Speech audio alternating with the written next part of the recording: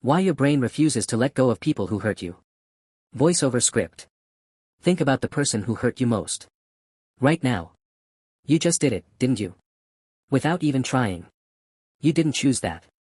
Your brain chose it for you. And that should bother you, because it means you're not fully in control of your own mind. Here's why. Your brain has one job. Not happiness. Not peace. Not helping you move on from people who treated you badly. Its one job is survival. Everything else, every emotion, every memory, every irrational 3 a.m. thought spiral, is just a tool it uses to keep you alive. And once you understand that, the fact that you can't stop thinking about someone who hurt you stops feeling like a personal failure. It starts feeling like exactly what it is. A system working exactly as designed. Just not for you. For a version of you that lived 200,000 years ago. Let's start with memory. Not memory the way we usually think about it, a recording you can rewind and pause. Memory is actually a prediction machine. Every time your brain stores an experience, it's not archiving it for nostalgia. It's filing it under things that could happen again. And pain, emotional pain especially, gets filed in the highest priority folder your brain has. Because pain means danger. And danger means you need to remember. Fast. Perfectly. Every detail. There's a structure deep inside your brain called the amygdala. Small. Almond-shaped. Responsible for processing emotional experiences and flagging which memories get stored permanently. When something hurts you, really hurts you, the amygdala lights up. It floods your system with stress hormones. Cortisol. Adrenaline. And those hormones act like a highlighter across the memory. They make it vivid. Detailed. Sticky. Impossible to ignore. This is the same system that kept your ancestors alive. Touch a hot flame. Feel pain. Remember the flame. Don't touch it again. Simple. Effective. Brutal. But here's where it gets complicated. Because your brain cannot tell the difference between a flame and a person. When someone you trusted betrays you, your brain processes it as a threat. A real one.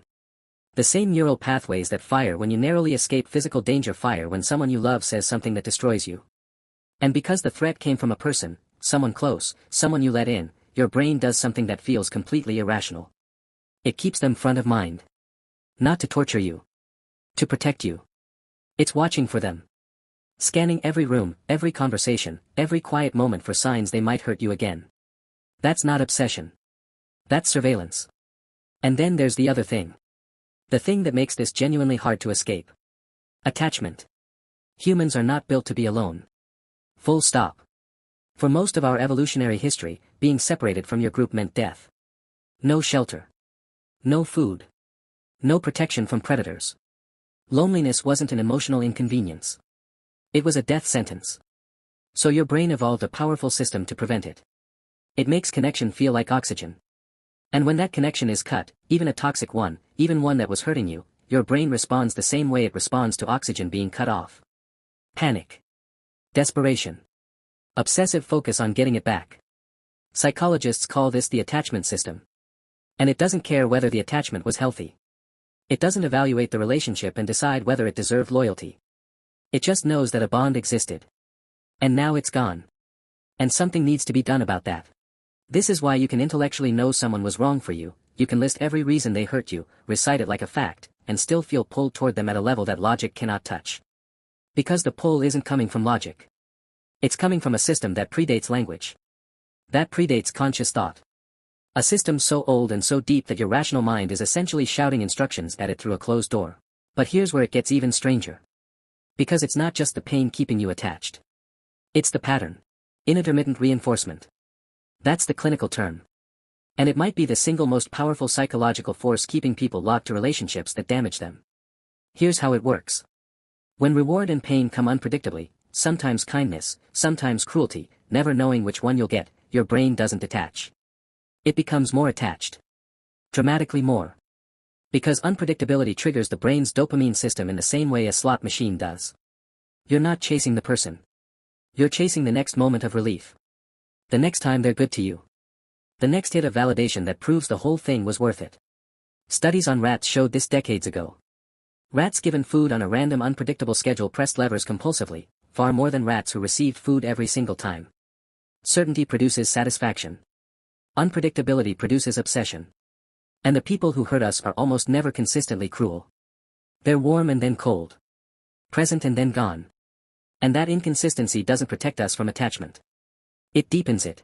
So now you have three systems working against you simultaneously. A memory system that prioritized the pain and made it impossible to forget. An attachment system in full alarm because a bond was severed. And a dopamine system still chasing the unpredictable reward of occasional warmth. That's not a personal weakness. That's three ancient survival mechanisms all pointing in the same direction at the same time, because knowing why a trap works doesn't automatically free you from it. Understanding the mechanism is the first step. Not the last one. Your brain spent years building those neural pathways. Reinforcing them. Making them the default route. And new pathways, healthier ones, take time to form. They feel thin at first. Unfamiliar. Like a trail through a forest that's only been walked twice, next to a highway that's been running for years. Every time you redirect your attention, deliberately, consciously, you're walking that new trail. Making it slightly more worn. Slightly easier to find next time. It's slow.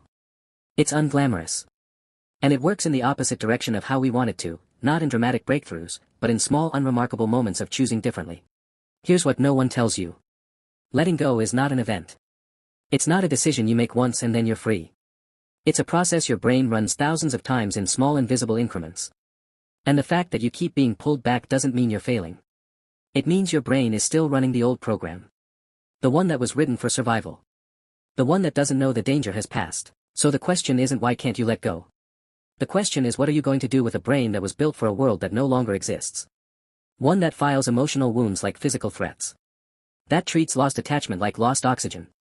That gets hooked on unpredictability and calls it love. Maybe the most honest answer is this. You're not weak for struggling. You're human. In the most literal, biological, unavoidable sense of that word. Your brain is doing exactly what 200,000 years of evolution trained it to do. The problem isn't you. The problem is that the software was written for a very different world. And nobody gave you the manual. Thanks for watching. Subscribe and like.